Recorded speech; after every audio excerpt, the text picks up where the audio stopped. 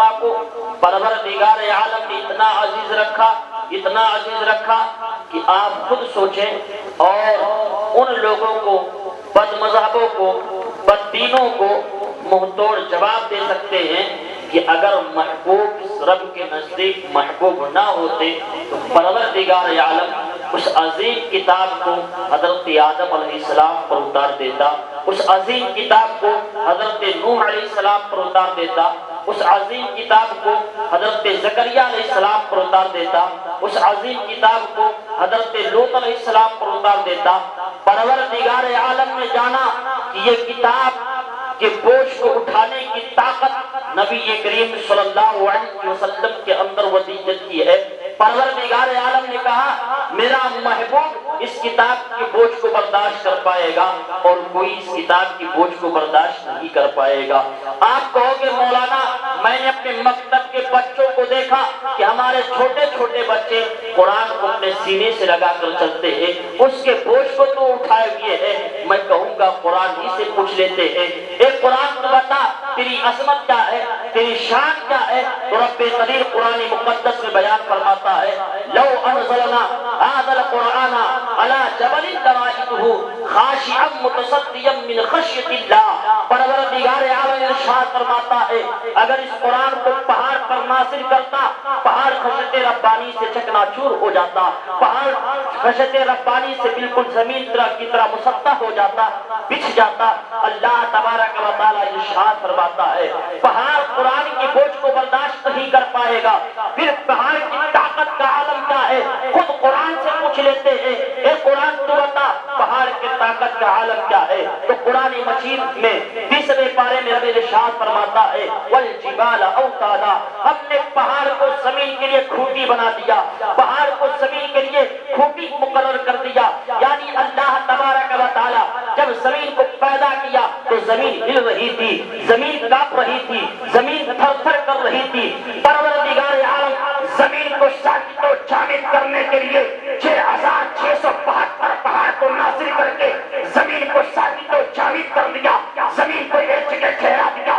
پتا چلا پروردگار عالم فرماتا ہے لو انزلنا هذا القرآن على جبل لرأيته خاشعا متصدعا من خشية الله۔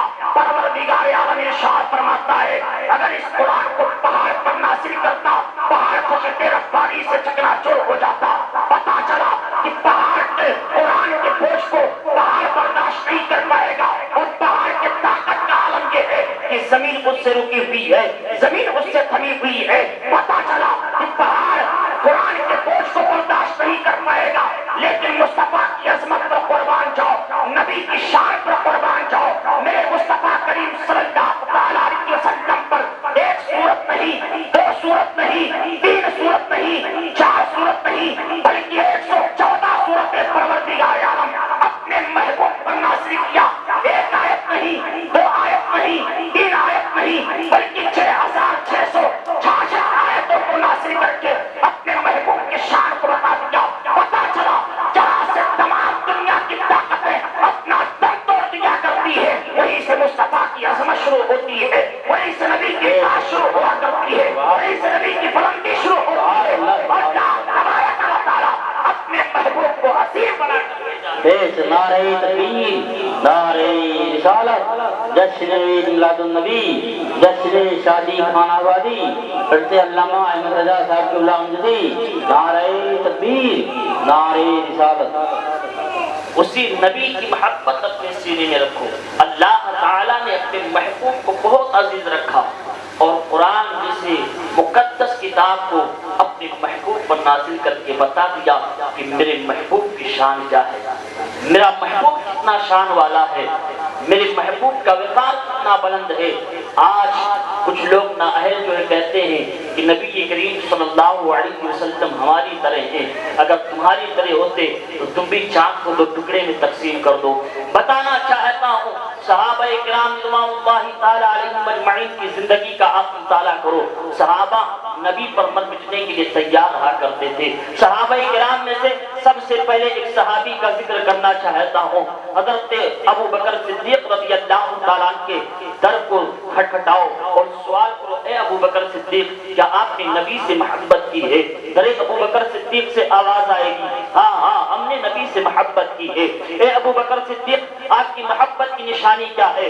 آپ کی محبت کی علامت کیا ہے؟ تو ذرا ابو بکر صدیق سے آواز آئے گی اے لوگوں میری محبت کی علامت یہ ہے کہ ایک مرتبہ جب مصطفیٰ کریم صلی اللہ تعالیٰ علیہ وسلم مکہ المکرمہ سے مدینہ المنورہ کی طرف سفر کر رہے تھے تو میں اس وقت نبی کے ساتھ تھا۔ کبھی نبی کے دائیں چل رہا تھا، کبھی نبی کے بائیں چل رہا تھا، کبھی نبی کے پیچھے پیچھے چل رہا تھا، کبھی مصطفیٰ کے آگے ہوا۔ تصور کے عالم میں سوال کیا جائے اے ابو بکر صدیق آپ کا نبی کے دائیں چلنا ٹھیک تھا، آپ کا نبی کے بائیں چلنا ٹھیک تھا، آپ کا نبی کے پیچھے پیچھے چلنا ٹھیک تھا، آپ مصطفیٰ کے آگے کیوں پیے، نبی کے آگے کیوں پیے؟ مصطفیٰ مالک کے جنت ہے، نبی مالک کے کوثر ہے، نبی ساری کائنات کے مالک و مختار ہے۔ ادب کا تقاضا یہ تھا کہ آپ نبی کے پیچھے پیچھے چلتے تو طرف پر ابو بکر صدیق جواب دیں گے او لوگوں میں دائیں سے یہ چل رہا تھا کوئی دشمن نبی پر دائیں سے حملہ نہ کر دے،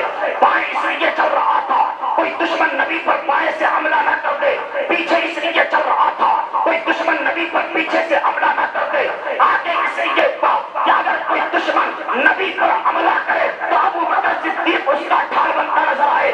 گویا ابو بکر صدیق نے اپنے اس فعل میں لوگوں کو بتا دیا او لوگوں اپنی جان مصطفیٰ پر قربان کر دینا، یہی تو اصل ایمان ہے۔ میرے نبی فرماتے ہیں حضرت ابو بکر صدیق رضی اللہ تعالیٰ عنہ کہتے ہیں کہ اپنی جان نبی پر لٹا دینا یہی اصل ایمان ہے۔ آج ہمارے سینے سے نبی کی محبت نکل رہی ہے۔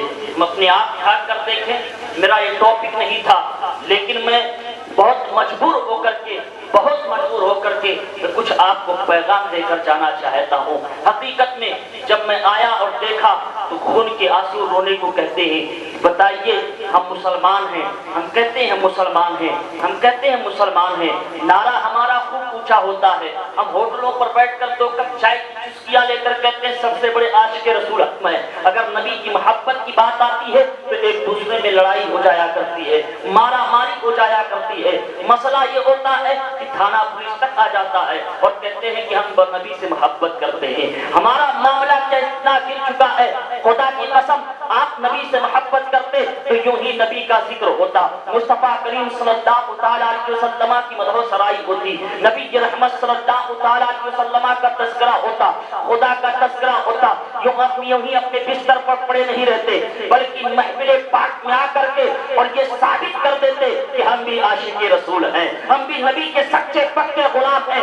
ہم نے یوں کہا، صرف زبانی دعویٰ کیا۔ حضرت ابو بکر صدیق کی زندگی کا آپ مطالعہ کرو، خدا کی قسم تمہیں حیرت یہ ہوگی کہ حضرت ابو بکر صدیق کتنی محبت کرتے ہیں اور ہم کتنی محبت کر رہے ہیں۔ حضرت ابو بکر صدیق رضی اللہ تعالیٰ عنہ ہی پر نہیں، آپ غار ثور میں پہنچتے ہیں، اللہ کے رسول صلی اللہ علیہ وسلم کی بارگاہ میں عرض کرتے ہیں یا رسول اللہ صلی اللہ علیہ وسلم آپ باہر ٹھہر جائیں، میں غار کے اندر جاتا ہوں۔ جانے کے بعد تمام ذرات کو صاف کر کے اے اللہ کے حبیب میں آپ کی بارگاہ میں عریضہ پیش کروں گا، اے میرے آقا آپ اندر تشریف لائیے گا۔ حضور رحمت عالم صلی اللہ تعالیٰ علیہ وسلم کے مقدس صحابی حضرت ابو بکر صدیق غار کے اندر جاتے ہیں۔ جانے کے بعد تمام ذرات کو صاف کرتے ہیں، صاف کرنے کے بعد حضرت ابو بکر صدیق اپنی نظر اوپر اٹھاتے ہیں تو کیا دیکھتے ہیں؟ غار میں کئی سوراخ ہیں۔ آپ اپنی چادر پھاڑ کر کے تمام سوراخ کو بند کر دیا کرتے ہیں، ایک سوراخ باقی رہتا ہے۔ حضرت ابو بکر صدیق اپنی ایڑی لگا لیا کرتے ہیں، نبی کی بارگاہ میں عرض کرتے ہیں یا رسول اللہ صلی اللہ علیہ وسلم اب آپ اندر تشریف لائے۔ میرے آقا کریم صلی اللہ علیہ وسلم اندر تشریف لے جاتے ہیں۔ آقا اندر جانے کے بعد اپنے سر اقدس کو حضرت ابو بکر صدیق کے زانوں مبارک پر رکھ دیے ہے، نبی آرام فرمانے لگتے ہیں۔ ایک زہریلا سانپ حضرت ابو بکر صدیق کو ڈس لیا کرتا ہے، سانپ کا ڈسنا تھا، زہر حضرت ابو بکر صدیق کے جسم میں پھیل رہا ہے، لیکن حضرت ابو بکر صدیق اپنے پیر کو جنبش نہیں دے رہے ہیں، اپنے پیر کو حرکت نہیں کر رہے ہیں، صرف اس خیال سے کہیں نبی کی نیند نہ ٹوٹ جائے، کہیں مصطفیٰ کریم صلی اللہ تعالیٰ علیہ وسلم کی نیند میں خلل نہ واقع ہو جائے۔ حضرت ابو بکر صدیق نبی سے اتنی محبت کرتے تھے کہ وہ یہ نہیں چاہتے کہ نبی رحمت صلی اللہ تعالیٰ علیہ وسلم کی نیند ٹوٹ جائے میری حرکت کرنے کی وجہ سے. حضرت ابو بکر صدیق رضی اللہ تعالیٰ کے جسم میں جب زہر پھیل گیا, حضرت ابو بکر صدیق رونے لگتے ہیں. آنکھ کے آنسو ٹپک کر کے نبی کے چہرے پہ گرتے ہیں. مصطفیٰ کریم اپنی آنکھیں کھول کر ارشاد فرماتے ہیں, ماں ابنی کا یا ابا بکر, اے ابو بکر کیوں رو رہے ہو؟ حضرت ابو بکر صدیق کہتے ہیں, لذکر یا رسول اللہ صلی اللہ علیہ وسلم, اے اللہ کے حبیب مجھے کسی زہریلے سانپ نے ڈس لیا ہے, زہر پورے جسم میں پھیل رہا ہے. نبی کے رحمت ارشاد فرماتے ہیں, اے ابو بکر صدیق گھبرانے کی ضرورت نہیں ہے, گھبرانے کی ضرورت نہیں ہے. جب آفتاب رسالت ماہتاب نبوت تمہاری گود میں سویا ہوا ہے, تم فکر کس بات کی کر رہے ہو؟ نبی کے رحمت نے اپنا لعاب ذہن نکال کر کے حضرت ابو بکر صدیق کے زخم پر لگا دیا کرتے ہیں. نبی کے ٹھکے مبارک کا لگنا تھا, زہر کا اثر ختم ہو جایا کرتا ہے. قربان جاؤ ابو بکر صدیق تمہاری قسمت پر.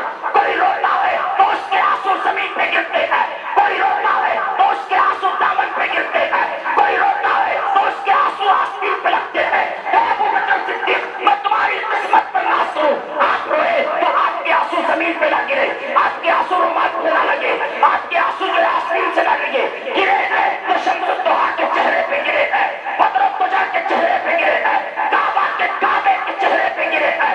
کعبے کا کعبہ اس لیے کہہ رہا ہوں, اعلیٰ حضرت عظیم البرکت مجدد دین و ملت قاطع کفر و ضلالت ماہی وداع امام احمد رضا خان فاضل بریلوی علیہ الرحمۃ والرضوان تحریر فرماتے ہیں, حاجیو آؤ شہنشاہ کا روضہ دیکھو, کعبہ تو دیکھ چکے اب کعبے کا کعبہ دیکھو. کعبے سے آتی ہے سلام, میری آنکھوں سے میرے پیارے کا روضہ دیکھو. نعرہ تکبیر, نعرہ رسالت, جشن عید میلاد النبی, کلام اعلیٰ حضرت علامہ احمد رضا صاحب کی مجدی. کہ حضرت ابو بکر صدیق رضی اللہ تعالیٰ عنہ کی محبت. اور آگے بڑھیں, حضرت عثمان غنی رضی اللہ تعالیٰ عنہ سے پوچھا جائے, اے عثمان غنی کیا آپ نے نبی سے محبت کی ہے؟ در عثمانی سے آواز آئے گی, ہاں ہاں ہم نے نبی سے محبت کی ہے. اے عثمان غنی آپ کی محبت کی علامت کیا ہے؟ تو در عثمانی سے آواز آئے گی, اے لوگوں ایک مرتبہ نبی کریم صلی اللہ تعالیٰ علیہ وسلم کی میں نے دعوت دی, مصطفیٰ کریم صلی اللہ تعالیٰ علیہ وسلم کو کھانا کھلانے کے بلانے گیا, نبی میرے ساتھ چلنے لگے, مصطفیٰ آگے آگے چل رہے تھے, میں پیچھے پیچھے چل رہا تھا, نبی کے پائے ناز کو شمار کر رہا تھا. مصطفیٰ کریم مڑ کر دیکھتے ہیں, مسکرانے لگتے ہیں, میرے آقا ارشاد فرماتے ہیں, اے عثمان غنی کیا کر رہے ہو؟ حضرت عثمان غنی عرض کرتے, یا رسول اللہ میرے دل کی تمنا یہ ہے کہ جتنے قدم مصطفیٰ کے میرے گھر کی طرف پڑے اتنے قدم کے صدقے غلام آزاد کر دوں. اللہ اکبر. حضرت عثمان غنی نبی کی رحمت صلی اللہ تعالیٰ علیہ وسلم کو جب کھانا کھلوا دیا کرتے ہیں, نبی کھانا تناول کر لیا کرتے ہیں, جتنے قدم مصطفیٰ کے ان کے گھر کی طرف پڑے تھے اتنے قدم کے صدقے انہوں نے غلام آزاد کیے. جب یہ خبر حضرت علی کرم اللہ وجہہ الکریم کو لگتی ہے, دوڑے دوڑے حضرت فاطمہ الزہرا رضی اللہ تعالیٰ عنہا کے پاس آتے ہیں, عرض کرتے ہیں, میری شریک حیات تمہیں معلوم ہے آج عثمان غنی نے نبی کی دعوت دی تھی, ان کا حال یہ تھا کہ جتنے قدم مصطفیٰ کے ان کے گھر کی طرف پڑے تھے اتنے قدم کے صدقے انہوں نے غلام آزاد کیے ہیں. اللہ اکبر. نبی کی مقدس شہزادی حضرت فاطمہ الزہرا رضی اللہ تعالیٰ عنہا کا اتنا سننا تھا, آنکھیں نم ہو جاتی ہیں, عرض کرتی ہے, میرے سر کے تاج آپ جان رہے ہیں کئی دن سے کھجور اور پانی پر اپنی زندگی گزار رہی ہو, دل کی تمنا یہ ہے کہ محبوب خدا کی دعوت لی جائے, مصطفیٰ کریم کی دعوت لی جائے. اللہ اکبر. حضرت فاطمہ الزہرا رضی اللہ تعالیٰ عنہا اس خیال سے اٹھتی ہے, گھر کے اندر جاؤں, کوئی جو تلاش کروں یا جو کا آٹا تلاش کروں, مل جائے کھود کر کے نبی کریم صلی اللہ تعالیٰ علیہ وسلم کو پکا کر کھلا دو. حضرت فاطمہ الزہرا رضی اللہ تعالیٰ عنہا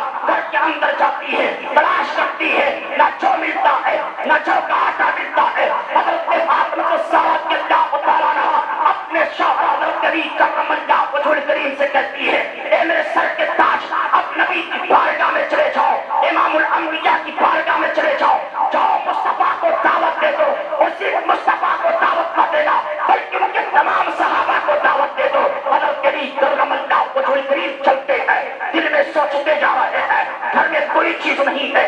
آج نبی کی مقدس شہزادی مصطفیٰ کریم صلی اللہ تعالیٰ علیہ وسلم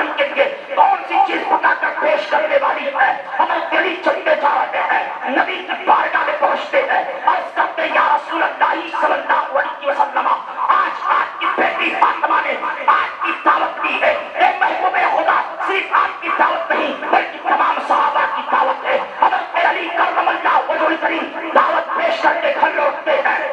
کچھ دیر کے بعد جب کھانا کھانے کا وقت ہوتا ہے، حضرت فاطمہ الزہرا رضی اللہ تعالیٰ عنہا کہتی ہے اے میرے سر کے تاج، اب جاؤ امام الانبیاء کو کھانا کھانے کے لیے بلا لاؤ، ان کے تمام اصحاب کو کھانا کھانے کے لیے بلا لاؤ۔ حضرت علی چل رہے ہیں، حضرت علی سوچتے جا رہے ہیں ابھی نبی کی بیٹی نے کچھ بتایا نہیں ہے، کون سی چیز مصطفیٰ کی بارگاہ میں پیش کرنے والی ہے۔ ادھر حضرت علی نکلتے ہیں، حضرت فاطمہ الزہرا خاتون جنت مصلی رب کی بارگاہ میں ڈال دیا کرتی ہے، سربا سجود ہو کر کے رب کی بارگاہ میں رو کر عرض کرتی ہے اے پروردگار تو میری حالت کو دیکھ رہا ہے، اے میرے معبود حقیقی تو میری حالت کو دیکھ رہا ہے۔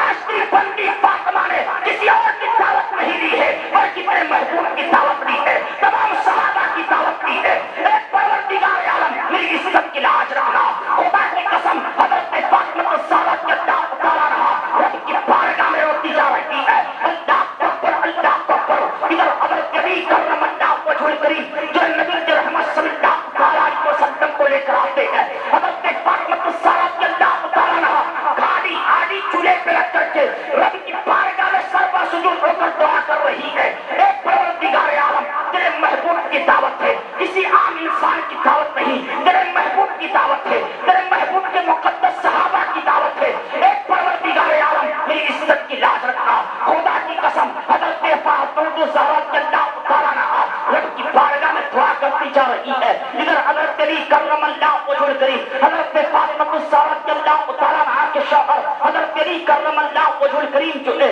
نبی کی رحمت صلی اللہ تعالیٰ علیہ وسلم کو اور ان کے تمام صحابہ کو بلا کر لاتے ہیں۔ حضرت فاطمہ الزہرا رضی اللہ تعالیٰ عنہا کی بارگاہ میں حضرت علی کہتے ہیں اے میری شریک حیات نبی تشریف لا چکے ہیں، نبی کی مقدس شہزادی اپنے سر کو سجدے سے اٹھا کر برکت نماز مکمل کر کے سلام پھیرتی ہے، پھر کالی آڑی کی طرف نظر کرتی ہے تو کیا دیکھتی ہے؟ کالی آڑی کھانے سے بھری پڑی ہوئی ہے۔ مصطفیٰ کریم صلی اللہ تعالیٰ علیہ وسلم کی مقدس شہزادی اپنے شوہر حضرت علی کرم اللہ وجہ الکریم سے کہتی ہے اے میرے سر کے تاج کھانا نبی کی بارگاہ میں پیش کیا جائے۔ دسترخوان سجایا کرتا ہے، تمام جو ہے تمام صحابہ کو نبی کی رحمت صلی اللہ علیہ وسلم کے مقدس صحابہ کو حضرت علی کرم اللہ وجہ الکریم کھانا پیش کر رہے ہیں، نبی کی بارگاہ میں کھانا پیش کیا گیا ہے، تمام لوگ کھانا کھا رہے ہیں، صحابہ آپس میں باتیں کرتے ہیں، کھانے میں بڑا ذائقہ ہے، کھانا بڑی لذت کا ہے، تمام صحابہ کرام جب اتنی باتیں کرتے ہیں مصطفیٰ کریم ارشاد فرماتے ہیں او میرے مقدس صحابہ تمہیں معلوم ہے یہ کھانا کہاں سے آیا ہے؟ صحابہ کرام کہتے ہیں اللہ اور اس کے رسول خوب جانتے کہ یہ کھانا کہاں سے آیا ہے۔ میرے آقا ارشاد فرماتے ہیں او میرے مقدس صحابہ میری بیٹی فاطمہ نے اس کھانے کو جنت سے منگوایا ہے۔ خدا کی قسم حضور رحمت عالم صلی اللہ علیہ وسلم سے محبت کر لو۔ پھر حضرت فاطمہ کا حال یہ ہے کہ حضرت فاطمہ جب سب کھانا تناول کر لیا کرتے ہیں حضرت فاطمہ الزہرا رضی اللہ تعالیٰ عنہا پھر مصلی ڈالتی ہے، رب کی بارگاہ میں سروا سجود ہو کر کے دعا کرتی ہے اے پروردگار تو میری حالت کو دیکھ رہا ہے، میرے پاس دولت نہیں ہے، میرے پاس کوئی مال نہیں ہے، اے میرے معبود حقیقی میری بندی فاطمہ کی آرزو یہ ہے کہ جتنے قدم مصطفیٰ کے میرے گھر کی طرف پڑے ہیں اتنے قدم کے صدقے نبی کی امتیوں کی مغفرت فرما دے، مصطفیٰ کی امتیوں کی مغفرت فرما دے۔ میرے ایمان کا وستان بولتا ہے جو دنیا میں رہ کر کے نبی سے محبت کرے گا، نبی کے فرامین پر عمل کرے گا، خدا کی قسم حضرت فاطمہ کے اس دورے کے زمرے میں داخل ہے۔ نعرہ تکبیر، نعرہ رسالت، جشن عید میلاد النبی، علامہ احمد رضا صاحب قبلہ۔ حضرت فاطمہ الزہرا رضی اللہ تعالیٰ عنہا کی دعا کے زمرے میں وہ انسان داخل ہوگا جو نبی سے دنیا میں رہ کر محبت کرتا ہے۔ آپ کہو کہ مولانا نبی سے محبت کرنے میں کیا فائدہ ہے؟ میں اپنی تقریر کو طول نہیں دے رہا ہوں کیونکہ اس لیے ایسا موضوع میں چنا ہوں کہ تھوڑی سی بات ہو لیکن آپ سمجھیں کہ ہاں ہمیں کیا کرنا چاہیے، کیونکہ وقت نہیں ہے کہ لمبی چوڑی گفتگو کی جائے، اس میں اپنی تقریر کو سمیٹ رہا ہوں۔ بتانا یہ چاہتا ہوں کہ نبی سے آپ محبت کریں گے کیا فائدہ پہنچے گا، حضور سے آپ پیار کریں گے آپ کو کیا بینیفٹ ہوگا۔ میں آپ کو بتاؤں نبی رحمت صلی اللہ علیہ وسلم کے زمانے میں ایک یہودی رہتا تھا، جو مصطفیٰ سے کٹر دشمنی رکھتا تھا، نبی رحمت صلی اللہ علیہ وسلم کا پکا دشمن تھا، اس کے پاس ایک نوجوان بیٹا تھا۔ ایک دن اپنے بیٹے سے کہتا ہے، اے میرے بیٹے، اے میرے نور نظر، اے میرے لخت جگر، اس شہر میں محمد بن عبداللہ ایک نیا دین لے کر آیا ہے، اس کی دین کی اشاعت بڑی تیزی سے ہو رہی ہے، اس کی بات جو سنتا ہے اس کا ہو جایا کرتا ہے، بیٹے تم اس کے قریب نہ جانا۔ اس یہودی کا نوجوان بیٹا کہتا ہے، ابو جان اگر ایسی بات ہے تو بتاؤ میں محمد کا معاذ اللہ خاتمہ کر دوں، معاذ اللہ محمد صلی اللہ علیہ وسلم کا سر جسم سے الگ کر دوں۔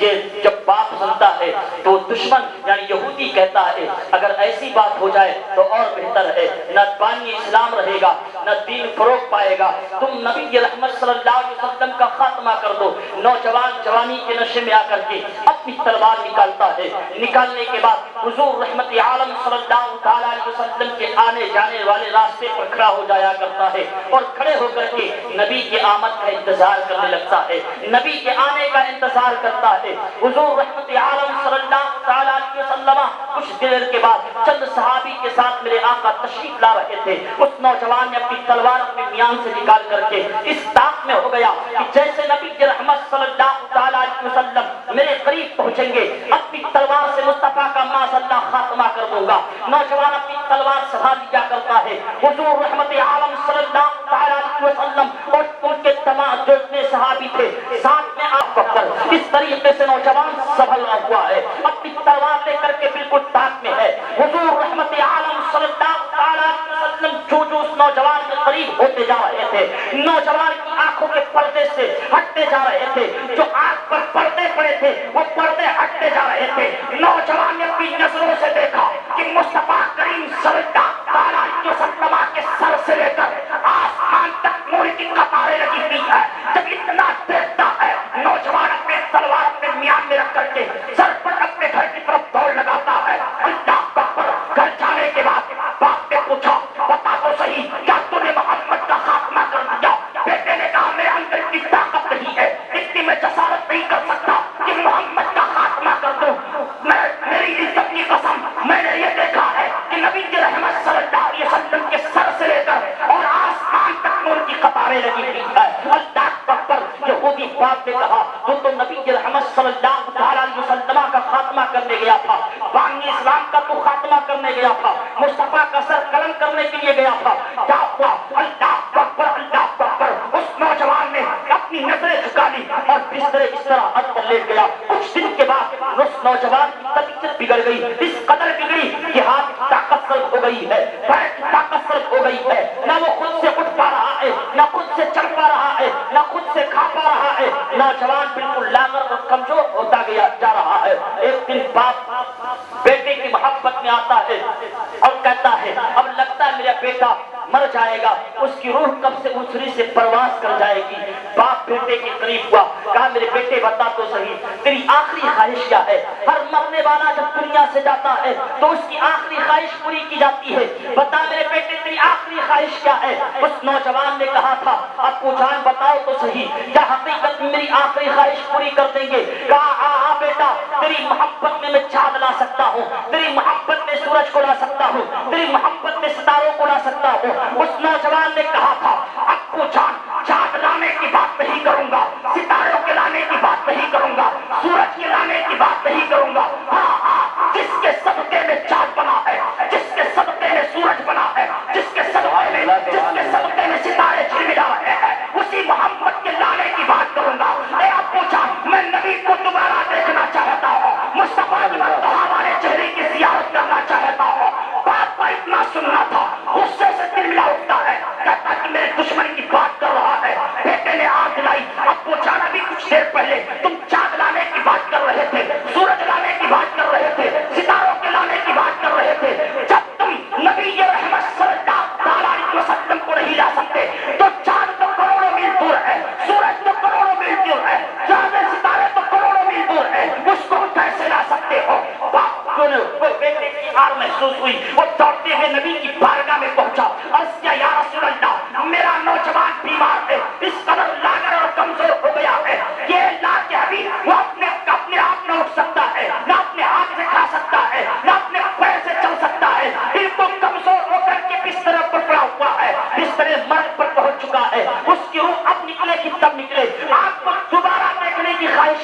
ہے اے اللہ کے حبیب آپ تشریف لے چلے. مصطفیٰ کریم کا اتنا سننا تھا میرے آقا کریم صلی اللہ علیہ وسلم چند صحابی کے ساتھ میرے آقا چلتے ہیں. اللہ اکبر. مصطفیٰ کا اس نوجوان کے سامنے پہنچنا تھا. نوجوان کھڑے ہونے کی طاقت رکھتا نہیں رکھتا تھا.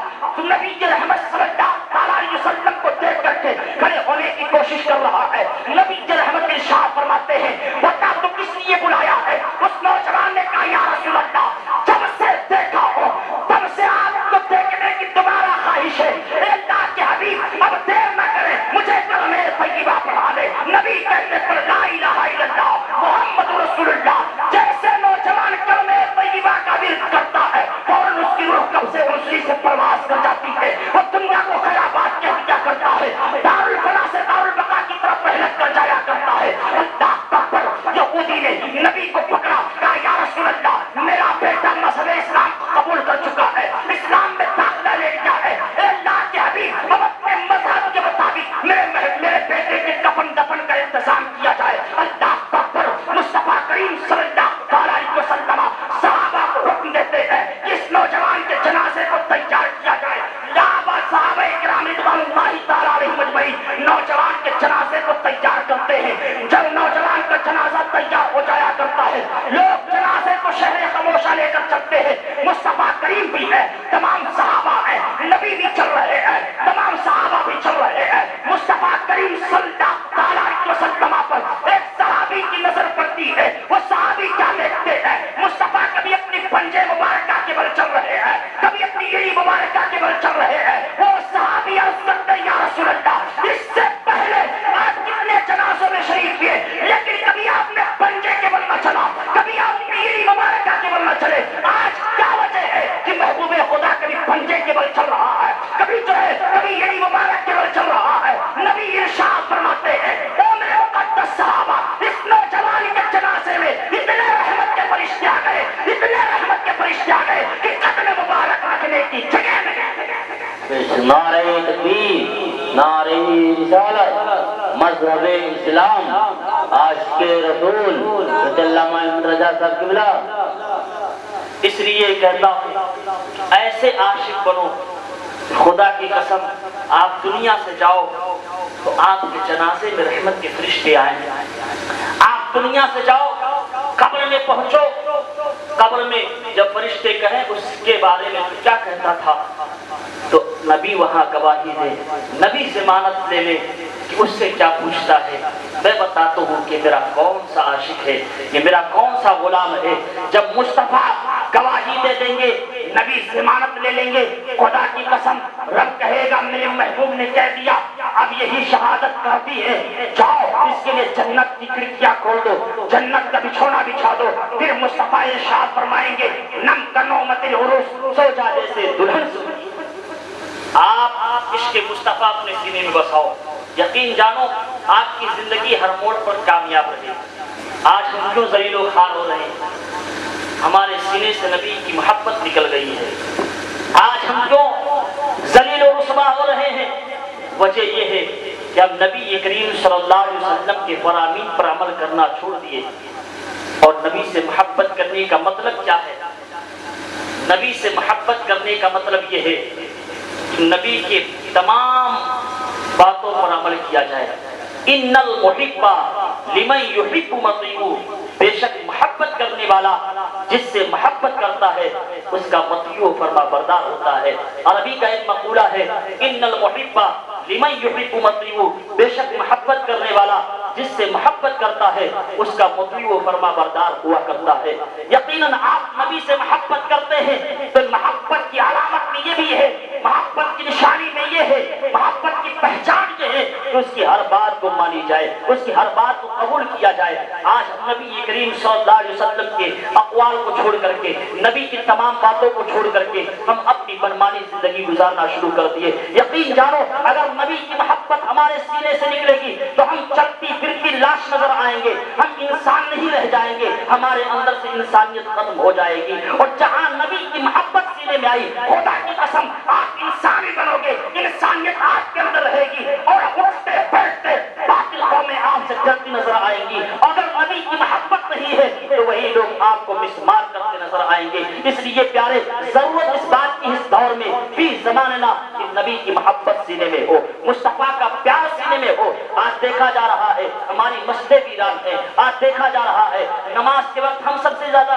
اذان کے وقت ہم سب سے زیادہ باتیں کر رہے ہیں، آج دیکھا جا رہا ہماری مسجدوں سے مؤذن اشہد ان محمد رسول اللہ کی صدا بلند کر رہا ہے۔ ہمارا معاملہ یہ ہے کہ ہم ہوٹلوں پر بیٹھ کر کے اپنے گفت و شنید میں لگے ہوئے ہیں، اپنے کام میں لگے ہوئے ہیں، اپنی بات میں لگے ہوئے ہیں۔ ہمارا معاملہ تو یہ ہے کہ ہم اپنے مذہب کی دھجیاں امیر پرانے پہ تل گئے ہیں، دوسرا کوئی ہمیں مٹانے کی کوشش نہیں، ہم اپنا خود ہی مٹ رہے ہیں۔ اس لیے پیارے مٹنے کی بات نہیں، نبی کی محبت اپنے سینے میں ڈال لو، خدا کی قسم یہاں بھی عزت پاؤ گے، مرنے کے بعد تمہاری قبر روشن ہوگی، قبر سے اٹھنے کے بعد میدان محشر میں مسکراتے رہو۔ نعرہ تکبیر، نعرہ رسالت، جشن عید میلاد النبی۔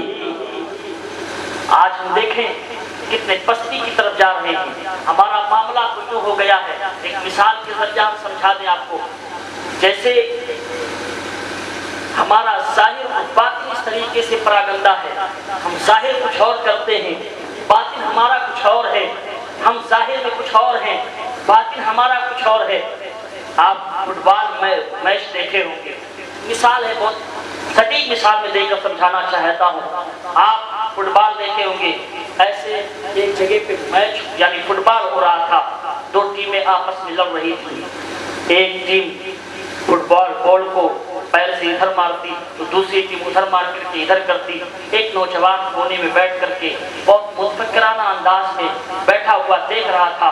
ایک بوڑھے کی نظر اس نوجوان پر پڑی، اس نے کہا بیٹا سب جیتنے والی ٹیم کو بدھائی دے رہے ہیں، تالیوں سے سواگت کر رہے ہیں، بیٹا بتا تو صحیح آخر تو کیوں اتنا مایوس ہے، کیوں اتنا مایوسی کے عالم میں ہے؟ اس نوجوان نے کہا تھا بابا بات سمجھ میں نہیں آ رہی ہے کہ اتنا خوبصورت بال ہے، اتنا اچھا بال ہے، لوگ اسے پیروں سے کیوں مار رہے ہیں؟ اسے تو سینے سے لگانا چاہیے، اسے سینے سے لگانا چاہیے۔ اس بوڑھے نے کہا بیٹا وہ بال تو اوپر سے بہت خوبصورت ہے، لیکن جب تو اسے توڑے گا، اسے دو ٹکڑے میں تقسیم کرے گا تو اس کا اندر بالکل خالی ہے، بالکل کھوکھلا ہو چکا ہے۔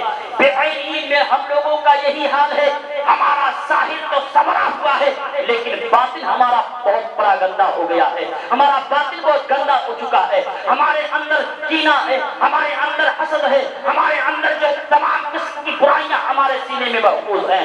جب تک ہم اپنے سینے کو پاک نہیں رکھیں گے تمام خرافات سے، تب تک نبی کی محبت نہیں آ سکتی۔ نبی کی محبت جیسے آئی خدا کی قسم آپ مسجد کی طرف بھاگتے نظر آئیں گے، آپ جو ہے نازان کی کلمات آپ کے کانوں تک پہنچیں گے، آپ مسجد کی طرف دوڑتے نظر آئیں گے، آپ جو ہے ہر کام میں پیش رہتے نظر آئیں گے اگر دینی کام ہے۔ نبی کی محبت سب سے پہلے اپنے سینے میں لاؤ، یقین جانو آپ کو کامیابی ملے گی۔ اور اگر نبی کی محبت نہیں ہے تو لاکھ عبادتیں کر لو، لاکھ ریاستیں کر لو، لاکھ تسبیح و تحلیل بیان کر لو، لاکھ سجدوں پہ سجدہ کر لو، یقین جانو تمہیں کامیابی نہیں مل سکتی ہے۔ آپ کہو گے مولانا کیسے کامیابی نہیں مل سکتی ہے؟ ہم نماز تو پڑھ رہے ہیں، جو وہابیہ اور دیا بنا ہے وہ یہی دلیل دیتے ہیں کہ ہم نماز پڑھتے ہیں، دیکھیے ہماری پیشانی پہ گھٹے ہیں، ہم نماز زیادہ پڑھتے ہیں، کثرت سے ہم نماز پڑھتے ہیں، کثرت سے ہم تلاوت کرتے ہیں۔ ہاں سنو، ان کی نماز ان کے منہ پہ مار دی جاتی ہے، کیوں؟ کیونکہ ان کے سینے میں نبی کی محبت نہیں ہے، ان کے سینے میں نبی کی عظمت نہیں ہے۔